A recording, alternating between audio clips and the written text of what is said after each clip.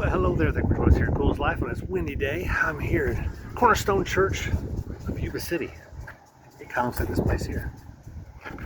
The line there is just going to do its own thing.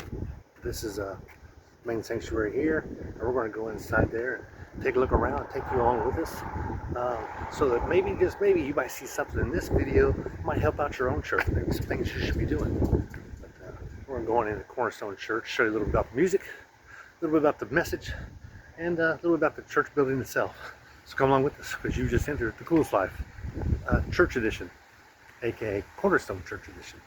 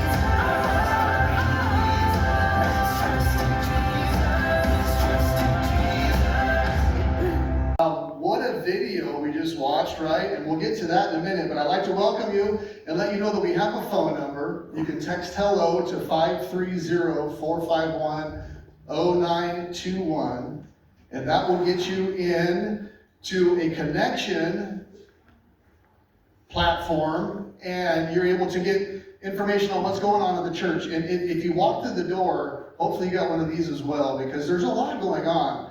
The creator of all things, including us. And we want to give him honor and glory that is due him and him alone. So let's go to the Lord now together in prayer. You bow with me.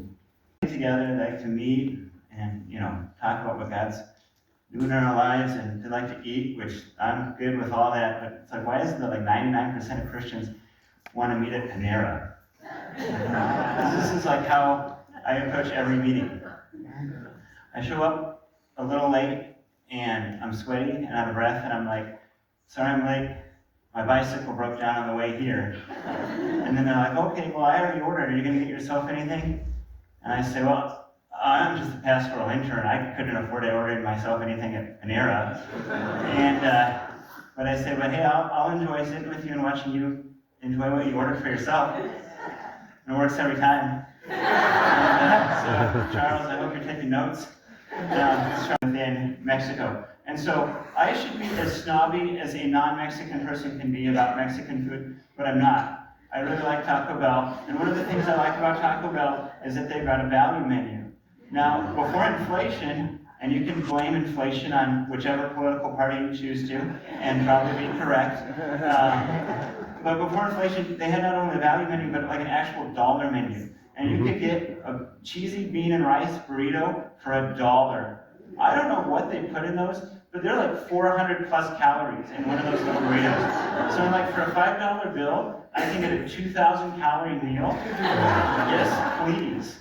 Because I'm so poor that like when we go to Applebee's or Chili's, which is rarely, but and they have the like 2 for $25 thing where it's like you and your, I'm with my wife, and we each get to choose a meal for and it's the same price, but they give you several options. So I'm like, okay, everything's the same price, and it's chili, so it's all going to taste the same. But, which is a compliment. Like, it's good, it tastes good. But like, what has the most calories? Because like, if I'm going to pay the same amount of money, then I want the most calories I can get for the most bang for my buck. And I understand that that's opposite of how most people count calories.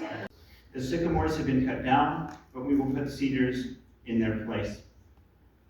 Now, he indicts them as being pride or arrogant, and is evidenced by what they say. And we see here that the arrogant believe that they'll rebound from God's judgment.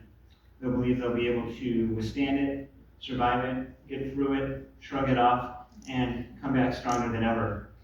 Their idol or their focus is in their own strength, their own merit, their own ability, their own plans.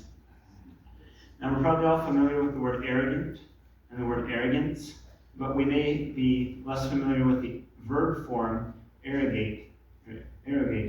So these all come from the same Latin root, arrogare, which means to claim or take for oneself, especially claiming or taking for yourself something that does not belong to you or nothing compared to what's happening, which he references towards the very end of the passage where he talks about the destruction that will come from afar, meaning the Assyrian Empire coming to destroy the kingdom of Israel. And so again, they envision this future of peace and prosperity, of continuing to be able to do their own thing, do it their way, and by their own hand have all the success, when what they're heading for is utter calamity. How much he cares about them, how special they are to him, how he wants everybody to take care of them. He even mentions them another time in this passage, so let's go look at that. He says, now he's condemning the bad leaders, and then he goes on with, therefore, the Lord does not rejoice over their young men, and has no compassion on their fatherless and widows. That's not what I was expecting. Kind of breaks up the narrative a little bit. For everyone is godless and an evildoer, and every mouth speaks folly. Work. It would be a really good idea to heed those warning signs and look and think, well, is there something about my relationship with God that's not right? Even if it's not specific bitterness towards a specific person, what about just the jealous thoughts where you seek either with your words behind people's backs or just your thoughts in your own mind, trying to tear people down or belittle their accomplishments, because that evidence is the same cannibalistic spirit that we see in the strife in Israel, where they're just tearing each other to pieces. And so if your life is marked by that, by being not at peace with other people, by not being able to be happy when you see other people succeed, by wanting what other people have, then that's a pretty good sign that your life is probably not connected to God in the way that it should. The early church, and he says, for I received from the Lord what I also delivered to you, that the Lord Jesus, on the night when he was betrayed, took bread.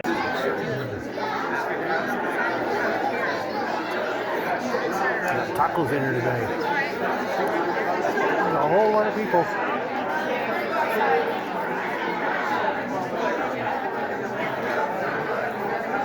We got a Spanish service after ours, and they having a taco social. This is a windy day. Hope it doesn't come too much on the. It's doing terrible things in my hair. Yours too, huh?